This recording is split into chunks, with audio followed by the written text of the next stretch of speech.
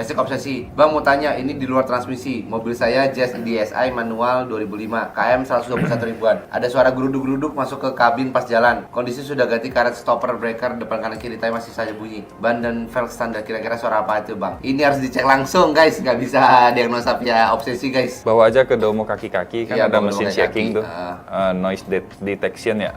Nanti dicek aja di situ. Iya. Nggak mahal kok, Cuma 50 ribu, kembali 1.000. kembali 1000, 49.000. Bawa situ, dipastiin dulu itu sumbernya dari mana, oke. Yang diganti kan cuma stopper nih, udah ganti karet stopper shock breaker depan, kanan kiri, tapi masih ada bunyi. Ya kan nggak tahu nih part-part lain, ada banyak kan, link stabil, lower arm ya kan, rack Iya. steer pun bisa, busing-busing ya kan, banyak. Itu semua ada potensi kalau untuk bunyi. Nah, mesti dipastiin dulu. Betul. Oke, ke Domo kaki-kaki aja. Kalau teman-teman ada masalah mobil Matic, coba konsultasikan dulu masalahnya ke Domo Transmisi.